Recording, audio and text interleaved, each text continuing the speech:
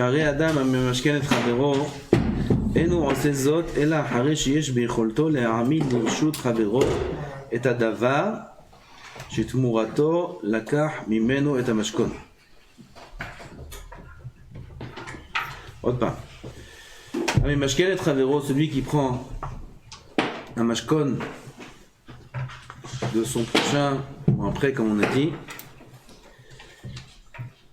il ne le fait אלא אחרי שיש ביכולתו להעמיד לרשות חברו את הדבר שתמורתו לקח ממנו את המשכון.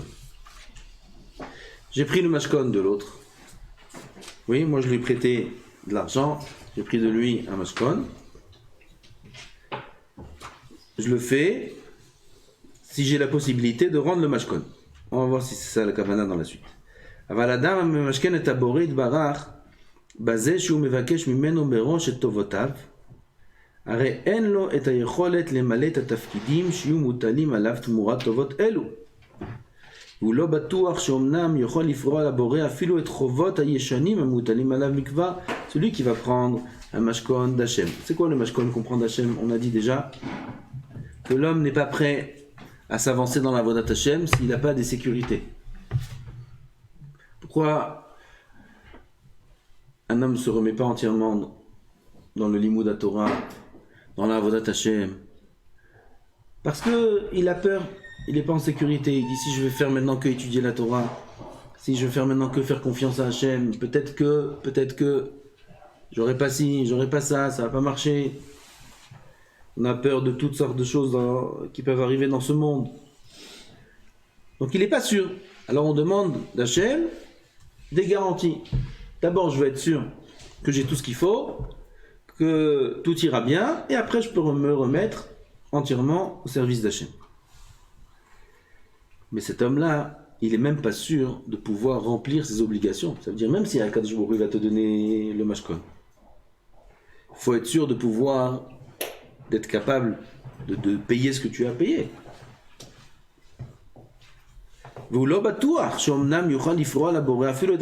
Même ce que tu dois déjà des anciennes dettes qu'il y a eu jusqu'à maintenant, que l'homme il est né, que Baruch Hu s'est occupé de lui depuis sa naissance, il a grandi. On a beaucoup de dettes envers Hachem, beaucoup de dettes. Il nous a sauvés de plein de choses, il s'est occupé de nous dans beaucoup de situations. Même ça, je ne sais pas si j'ai la possibilité de rembourser.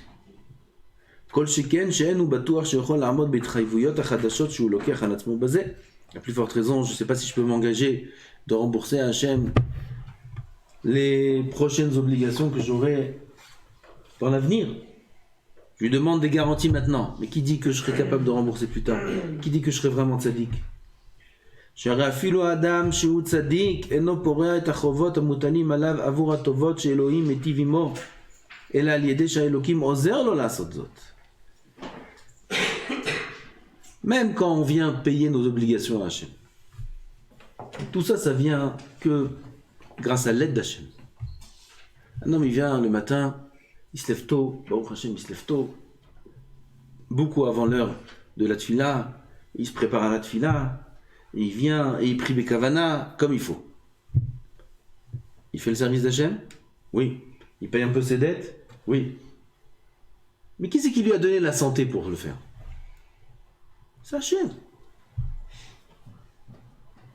Qui c'est qui a donné la santé à l'homme pour avoir de la force pour étudier la Torah? C'est Hachem. Et si Akadosh Baruch Hu lui donne pas la santé, il ne peut pas se lever. Il ne peut pas prier. Il ne peut pas étudier.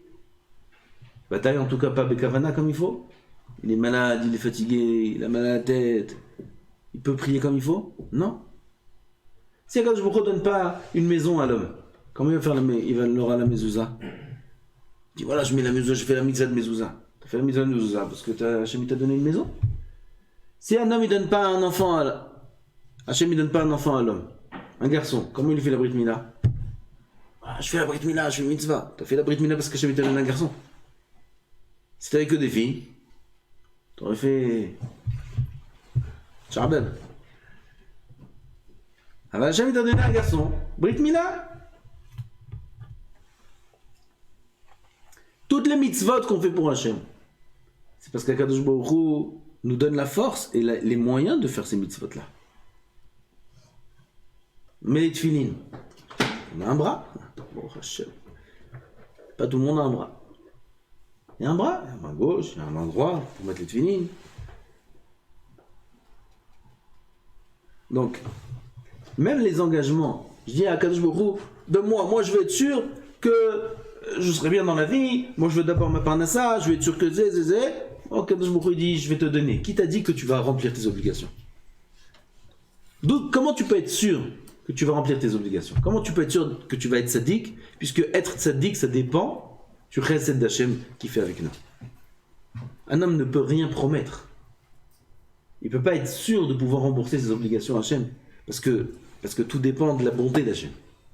Vous avez compris? Je ne suis pas sûr d'avoir les moyens de servir Hachem. Donc je ne suis même pas sûr de pouvoir le rembourser. Alors comment je peux oser lui demander une avance? La santé, la santé, regardez, c'est quoi un rhume, un truc, un homme, ça y est, il est hors service. L'autre Torah, l'autre mitzvot, l'autre tefila, le jour de hors service. C'est un petit peu mal à la tête, un petit peu de fièvre, fini. Ah mais il a un projet, je vais finir le chat, je vais finir ce j'ai des dapim, il a la forme, hein. Comme ça, en 2 secondes. Sur la touche. Le Torah, l'autre fila, le Shum Lava. Un homme peut dire, donne-moi ça d'abord, donne-moi une parnassa, donne-moi ça, et tu vas voir, je vais te servir, qui a dit que tu vas le servir? Comment tu peux demander les choses en avance? Sers-le maintenant. Avec les moyens que tu as maintenant, simple comme tu es maintenant, sers-le maintenant, toute la journée. N'aie pas peur.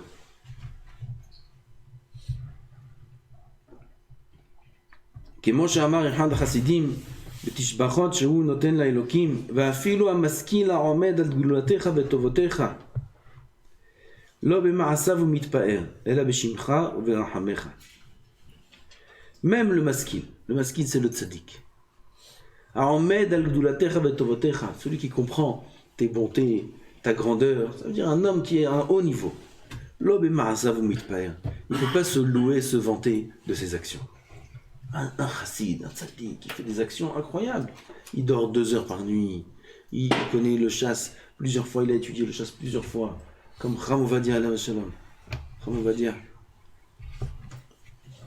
Mais j'ai profité pendant la période où j'étais un petit peu fatigué, là. Hier, aujourd'hui. J'écoutais beaucoup Chacham Ovadia.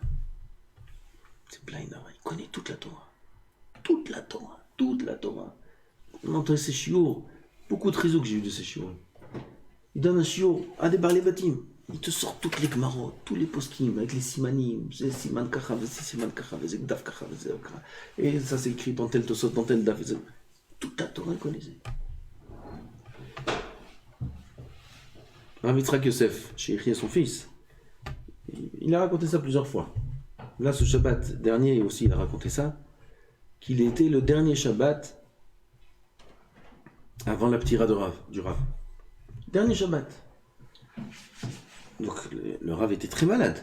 Oui, avant d'être Niftar, le Rav Shalom était très très malade. Et il était à la maison, le Rav, ce Shabbat-là, et il était tard la nuit. Qu'est-ce qu'il fait le Rav?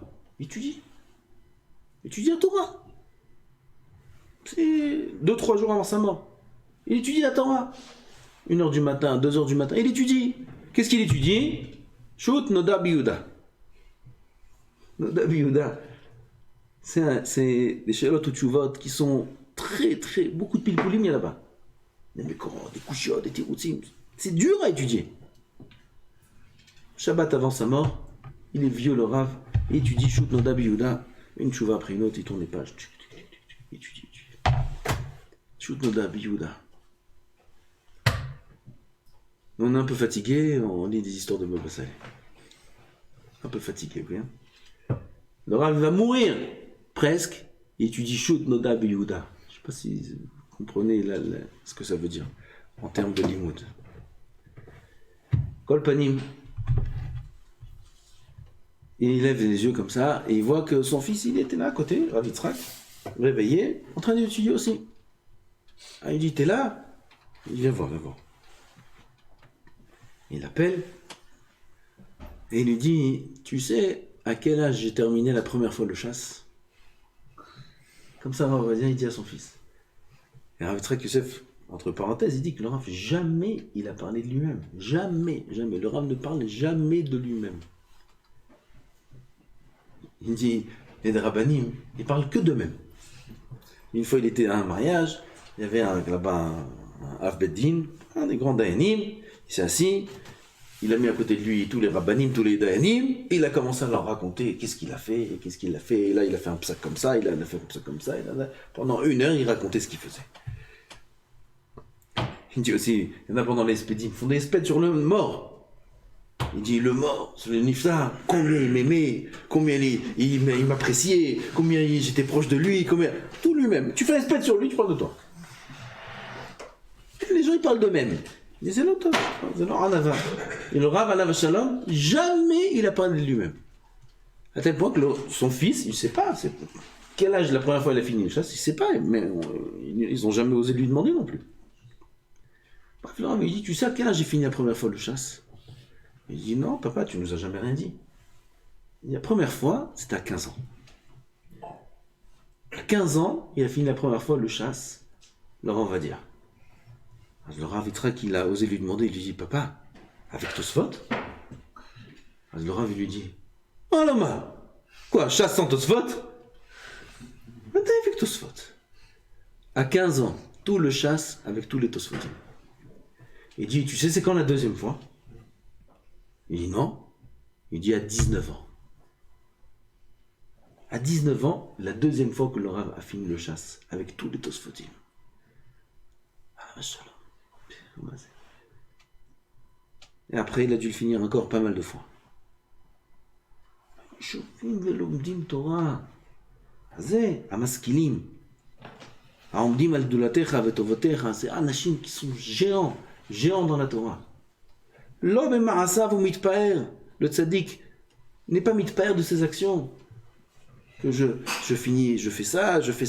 Il est heureux d'avoir réussi à faire un tzaddik comme le Rav Ovadia, Alav Shalom. Il lui a dit, viens, bon, Hachem, j'ai fini le chasse à 15 ans, après j'ai fini le chasse à 19 ans, je suis heureux. Pas heureux dans le sens où c'est de l'orgueil. Pas dans le sens là. Et là, heureux, fier d'avoir réussi à faire ces choses-là. Il dit le Rav, même ça, chas v'shalom, ma pitam. Et là, b'shimcha v'rachamecha, un homme, le tzaddik et sa mère, des rachamim qu'Hachem a eu. Combien de rachamim, combien de pitié Hachem a eu avec moi, qui m'a donné la santé et la vie pour finir le chasse à 15 ans. Il m'a redonné la santé et la vie pour finir le chasse à 19 ans.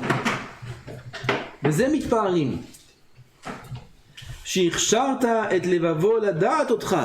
Un homme, il remercie Hachem qui lui a donné un cœur pur et une bonne kavana pour pouvoir arriver à ces actions-là. Tout ce qu'on fait comme mitzvot, tout ce qu'on fait comme Torah, c'est que par les rachamim d'Hachem. Parce qu'Akadosh Baruch Hu a pitié de nous, il nous donne la possibilité de les faire. Si on est à la yeshiva aujourd'hui, c'est parce qu'Akadosh Baruch Hu a des rachamim sur nous, a pitié de nous, et il nous donne de la bonté, et il nous donne l'occasion et la possibilité d'étudier la Torah à la yeshiva. C'est pas parce que moi je suis, ou parce que j'ai décidé, ou parce que je pense, ou parce que quoi. Chas v'shalom. Tout vient des rachamim d'Hachem, tout vient de la bonté d'Hachem qu'il a, pour une X raison. Zchut avot, ou une bonne action qu'un homme a fait, ou les tfilat de nos parents. Lo yadéama. Avec Akadosh Baruch Hu, il a décidé que, voilà, toi, tel baron, tu as le mérite de venir étudier la Torah dans une yeshiva. On ne doit pas voir ou croire que c'est l'homme lui-même, que par son choix, par son... parce qu'il a décidé, parce il s'est renforcé, alors que c'est lui qui décide de faire telle ou telle mitzvah ou d'arriver. C'est tout par rachamim d'Akadosh Baruch Hu. Parce qu'Akadosh Baruch Hu a des rachamim sur nous, il nous donne la possibilité de le servir, bichlal. C'est même pas pachout qu'on ait la possibilité de le servir, bichlal. Il faut remercier Hachem qui nous donne le zchut de le servir. C'est pas évident, ça va pas de soi. ובך הם מתפארים לאמור, באלוהים היללנו כל היום, בשמך לעולם נודה סלע. Les tzadikim, ils sont מתפארים בהשם, ils remercient Hachem qui leur a donné le mérite de pouvoir le servir. Et c'est ça l'histaklut qu'on doit avoir. On doit remercier Hachem qu'on a le mérite d'être en yeshiva. On doit remercier qu'on a le mérite de le servir. C'est srout qu'on puisse servir Hachem bichlal. Il faut prier pour qu'on ait la possibilité toujours de le servir. Toujours qu'on nous donne la santé pour le servir, nous donne les moyens pour le servir. Pourquoi on a besoin d'argent? Pour servir Hachem. C'est tout. Si c'est pas pour servir Hachem, pourquoi il y a besoin d'argent? Pour se servir à soi-même, Chas v'Shalom. Hachem Yizakenu. Baruch Adonai L'Olam.